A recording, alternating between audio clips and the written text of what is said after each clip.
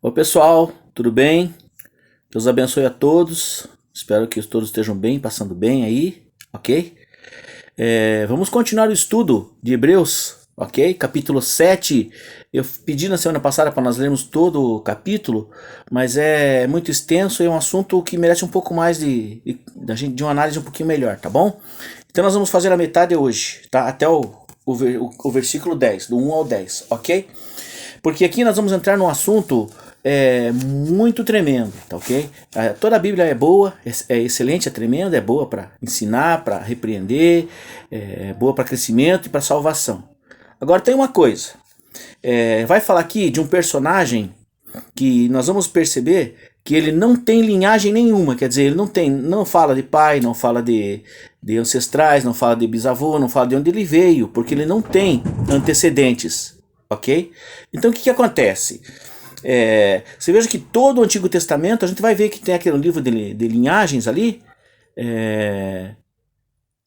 que vai falando, veio Abraão, veio de fulano, de Beltrano, de Cicrano e tal, e tal, e tal, e assim vem, né? São as genealogias. Mas Melquisedeque não tem genealogia, porque Melquisedeque, tá, é o próprio Cristo desencarnado. Isso que é muito importante a gente saber. Era Cristo desencarnado, né? Ok? Então eu quero só mostrar para vocês uma coisa. Ele vai falar aqui, do 1 ao 10 aqui, a superioridade de Cristo como sumo sacerdote. O sacrifício dele também, certo? O sacrifício de Cristo oferecido é o máximo do sacrifício, é o suprassumo dos sacrifícios, certo? É superior a bois, a ovelhas, ao que você quiser oferecer para Deus, vela, simpatia. Não há necessidade de fazer mais nada disso, porque Deus só se agrada de um sacrifício, o de Cristo. Ok? Ele se agradou, ele se agrada e ele se agradará. Deus é eterno, Jesus Cristo, o sacrifício dele é eterno também. Deus, quando olha para você, olha para mim, olha nossos erros, o que ele vê? Ele olha para Cristo e vê o sacrifício dele como homem perfeito e santo que foi, enquanto encarnado aqui, ok? Como nós, venceu o pecado, venceu todas as coisas. E essa natureza santa dele, ok? É onde Deus olha. Por isso que nós temos que estar em Cristo Jesus, ligados nele, tá ok? Não tem como você alcançar salvação, não tem como você se achegar a Deus, não tem como você ver Deus, não tem como você fazer nada espiritualmente falando para Deus, se não for através de Cristo, porque ele é o caminho, a verdade e a vida. João 3,16, ok? Então nós vamos ler aqui, beleza? Quero passar para vocês. 7:1. Um sumo sacerdócio novo, um sumo sacerdote novo, é o subtítulo da minha Bíblia. A figura de Melquisedeque. Melquisedeque era rei de Salém e sacerdote do Deus Altíssimo. Ele foi ao encontro de Abraão quando ele voltava vitorioso da batalha contra os reis, certo? Abraão estava vindo de uma guerra, de uma batalha, e venceu, foi vitorioso. E ele abençoou Abraão, e Abraão lhe deu a 10ª parte de tudo. Traduzido, o nome de Melquisedeque significa rei de justiça. Além disso, ele é rei de Salém, isto é, rei de paz. Olha que coisa interessante. Sem pai, sem mãe, sem genealogia, foi o que nós falamos, sem começo nem fim de vida, como o Filho de Deus. Certo? Como o Filho de Deus. Melquisedeque não era filho de Deus, porque o Filho de Deus ele tem que ter carne e sangue. Tem que ser gerado aonde? Pelo Espírito Santo em carne e em sangue. Que coisa maravilhosa, né? Olha que coisa tremenda. Isso é maravilhoso demais, pessoal. É para pensar muito tempo, tá ok? Para refletir muito tempo e pedir a Deus direção. Vejam como Melquisedeque era grande. Abraão, o patriarca, lhe deu a 10ª parte daquilo que havia de melhor nos seus despojos. Segundo a lei de Moisés, os descendentes de Levi, que se tornam sacerdotes, devem cobrar dízimos do povo, isto é, dos seus irmãos, embora estes também sejam descendentes de Abraão. Melquisedeque, porém, não era descendente de Levi. Cobrou de Abraão a 10ª parte e abençoou aquele que havia recebido as promessas de Deus. Veja aqui, vamos parar aqui um pouquinho, certo? Então, você veja só. Quando Abraão veio daquela guerra, ele chegou de uma guerra, certo? Onde é que estava a adrenalina dele? Estava lá no céu, né? Muito alta. Ele chegou vitorioso, ele chegou, vencemos, acabamos com a, né? Com essa pendenga, com essa peleia, fomos vitoriosos, matamos todos, ok? Ele também arrumou teve alguns auxílio de me parece que alguns amigos dele, um rei amigo dele, se não me engano, Manri, certo? Mas isso é uma história pra gente ver um pouquinho mais pra frente, tá bom? Ou voltar, alguém vai ter que pesquisar lá, vocês vão ter que pesquisar, tá bem? Pra não ficar muito extenso. E o que acontece? Você veja que Melquisedeque vem ao encontro dele, certo? Melquisedeque, o Cristo desencarnado, vem um ser especial falar de maneira especial com Abraão. E faz o quê? Abençoa Abraão. Eu te abençoo, Abraão. Não porque ele foi vitorioso, mas porque ele já tinha dado a vitória a ele. E o que Abraão faz? Depois que ele é abençoado, ele dá dízimos. Aí começa os dízimos, ok? Veja que coisa interessante, é uma coisa de reconhecimento de superioridade pelo que Deus fez por ele, tá bem? Então, você veja só, e daí explica quem era Melquisedeque. Melquisedeque significa rei de justiça. Ele é o rei da justiça, ele faz justiça. Ele fez justiça para Abraão, julgou a peleia, julgou aquela guerra naquele momento. Tá lá em Gênesis, deixa eu anotar aqui, Gênesis 14, 17 a 20, você pode ler lá, tá ok? Gênesis 14, do 17 ao 20, fala de Melquisedeque, beleza? Então, você veja só, ele faz isso para honrando, reconhecendo que Deus foi justo para com ele, ok? E rei de paz, ele é o rei da paz, ele trouxe paz, trouxe aquela paz para Abraão, e Abraão começou a fazer o quê? Uma oferta. O que darei eu ao Senhor pelos benefícios que o Senhor me fez? Coisa linda isso, né? E veja como Melquisedeque era grande, fala da grandeza. Ele é maior que Abraão, ele vai dizer aqui.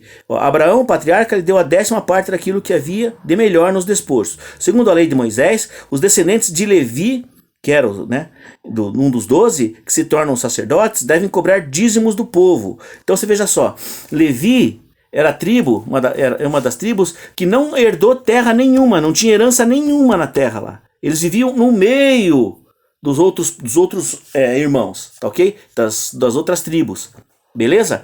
E o que eles faziam? Eles não podiam ficar cuidando da casa, cuidando da terra, eles tinham que cuidar do templo, eles tinham que recolher as ofertas, tinham que fazer os sacrifícios, limpeza, manter aceso o altar, certo? Para queimar os sacrifícios, ok, pessoal? Então por isso eles não tinham, eles viviam no templo, alguns, né? Alguns deles, não eram todos os levitas que eram sacerdotes. Veja aqui que alguns, né? Devem cobrar dízimo do povo, isto é, dos seus irmãos, embora esses também sejam descendentes de Abraão. Então o próprio Abraão nele cobrava dele mesmo. Melquisedeque, porém, não era descendente de Levi. Olha que coisa interessante. Até a oferta de sacrifício hoje, o seu dízimo hoje é diferente do dízimo do passado. Aí é que está a questão. Você hoje entrega o dízimo para quem?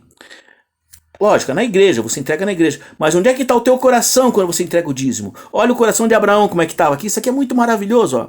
Abraão reconheceu a superioridade de Melquisedeque e, quando foi abençoado, ele deu a 10ª parte. Ele reconheceu que ele era rei de justiça, voltando no 2 lá, reconheceu que ele era o rei de justiça e reconheceu que ele era o rei de paz. Né? Além de justiça, ele trouxe paz para Abraão. Tremendo isso, pessoal. Vamos para frente aqui. Ora, sem dúvida no 7, quem é abençoado é inferior àquele que abençoa. Então, ele se colocou aonde? Debaixo da autoridade de Cristo, que hoje muita gente não faz isso. Nós somos ensinados a prosperar, somos ensinados numa igreja light, numa igreja, sabe, uma igreja muito, não vou falar de brincadeira, não, mas uma igreja muito emotiva, sabe? Uma igreja muito de felicidade. Não, vem aqui que vai ficar tudo bem. Não é assim, pessoal. Nós temos que reconhecer justiça e reconhecer a paz que há em Cristo. Senão não vamos ter justiça e nem paz. Ele é a nossa justiça, ok? Além dos filhos de Levi que cobram dízimo, são homens que morrem. Né? Eles morreram, Levi, a tribo de Levi. Porém, o dízimo foi cobrado por uma pessoa da qual se declara que está viva, o próprio Cristo. O nosso dízimo é oferecido a quem? A Cristo. coisa linda isso. Por outro lado, podemos dizer que o próprio Levi, que recebe o dízimo, também entregou sua 10ª parte na pessoa de Abraão. Olha que coisa interessante. De fato, Levi ainda se encontrava no corpo do seu antepassado Abraão quando aconteceu o encontro com Melquisedeque. Pessoal, isso aqui é um costume, é uma ideia judaica, uma tradição judaica aqui no final, que o povo todo, meus filhos, por exemplo, que já nasceram de mim, estavam no meu sangue. Entendeu? Então em Abraão, ele já tinha essa linhagem, essas 12 tribos, os filhos dele, certo? No sangue dele. Não tinham sido gerados no passado, nada disso. Mas o que acontece, eles eram... por isso que ele fala aqui de uma oferta, quando Abraão deu, foi porque ele já deu e Levi deu também, porque estava no sangue dele. Coisa maravilhosa isso. Isso é coisa que tem que estudar bastante, realmente. Tem que investir um tempinho, tá ok? Pra gente aprender um pouco mais. Pessoal, essa é a palavra para hoje, tá ok? É meio corridinho, mas eu quero que você reveja do 1 ao 10 e também assista, veja do 1 ao 20... ao 28, nós não vamos ler tudo, né? Mas nós vamos estudando, porque é um assunto muito jóia isso aqui, tá ok? O que eu tenho que dizer para você é isso. Então, Jesus, o sacerdócio de Cristo, o sacerdócio de Melquisedeque, tornou obsoleto o sacerdócio judaico. Nós não temos nada a ver com o sacerdócio judaico, nós não temos nada a ver com o templo judaico, porque tudo isso é superior. Cristo é o templo.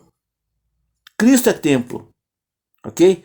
Isso é muito tremendo. Cristo é o templo e nós somos templo em Cristo também, do Espírito Santo, ok? Que habita o Espírito, a glória do Senhor habita no Espírito, em Cristo e habita em nós também, que estamos nele. Amém, querido? Isso é muito, muito, muito tremendo, ok? Não há outra coisa superior a Cristo, não há outro sacrifício maior que a carne de Cristo, que o corpo de Cristo, não há. Certo? Não há outro sacerdote superior a Cristo. O sacerdote da tua igreja, o pastor da tua igreja, ele é inferior a Cristo, certo? Nós prestamos a ele honra, glória, temor, porque ele é o quê? Ele é um pastor vindo de Deus para pastorear a tua vida, para cuidar de você, para ensinar salvação para você, ok? Por isso nós devemos olhar para Cristo, certo? Muitas pessoas se escandalizam. Mas o meu pastor é assim. É claro que ele é assim. Ele é que nem você. Mas o que acontece? Ele se arrepende dos pecados dele. Ele se arrepende do que ele faz. E ele procura ter uma vida reta, certo? Porque o primeiro a ser cobrado é ele, depois a igreja. Amém, querido? Fica na bênção. Vai pensando nisso. Qualquer dúvida, nós estamos aqui. Deus te abençoe. Tchau.